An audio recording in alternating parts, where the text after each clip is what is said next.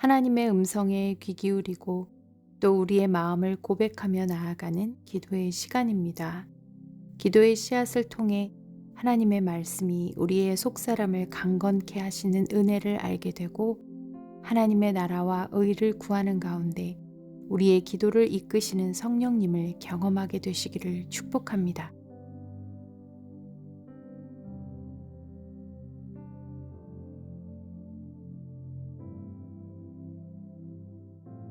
고린도 후서 5장 18절. 모든 것이 하나님께로 났으며 그가 그리스도로 말미암아 우리를 자기와 화목하게 하시고 또 우리에게 화목하게 하는 직분을 주셨으니. 하나님은 사람을 관계 중심적인 존재로 만드셨고 그 안에서 자라나고 성숙해지기를 원하시는 분이십니다. 혼자 있는 것을 좋아한다고 생각하는 사람도 관계가 맺어져 있지 않으면 꺾인 꽃처럼 처음엔 괜찮은 것 같아도 금세 시들어 버립니다. 그렇기에 우리가 관계를 소중히 여기고 어떤 갈등이나 불화를 대면할 때 피하거나 관계를 깨뜨리기보다 회복시켜 가기를 기대하십니다. 말씀에서는 우리에게 화목하게 하는 직분을 주셨다고 바울을 통해 말씀하십니다.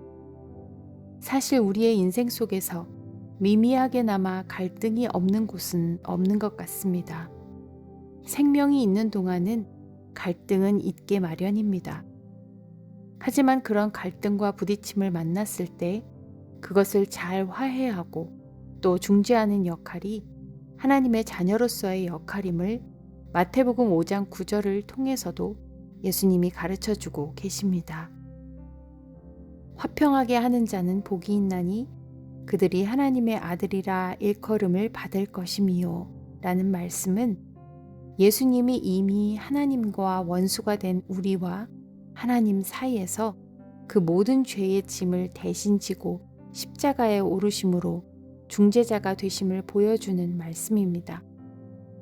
중재자가 되는 것, 피스메이커가 되는 것은 결코 쉽지 않습니다. 십자가를 지는 일이기 때문입니다. 예수님은 화평하게 하는 자이셨습니다. 관계를 연결해주고 막힌 담이 헐어지게 하는 그 일을 하셨습니다. 그렇기에 우리가 화평케 하는 그 직책을 감당할 때 하나님의 아들이라 일컬음을 받는다는 것입니다. 오래를 지나며 얼마나 많은 사람들이 우리의 말이나 행동으로 인해서 관계가 회복되고 화목함이 이루어졌을까요? 또 여전히 갈등 속에서 해결이 안 되고 있는 관계는 무엇이 있을까요?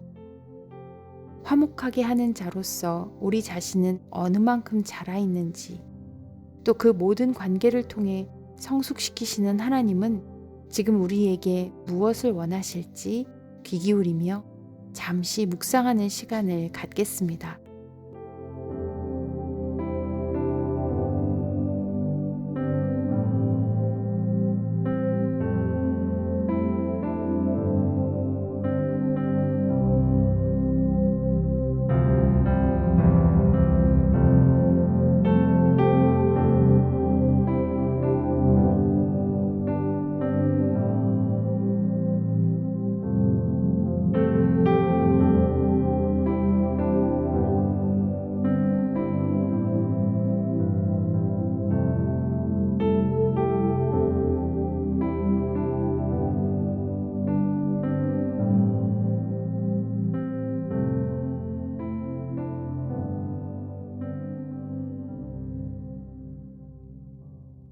이 시간에는 믿음의 가정들을 위해 기도하겠습니다.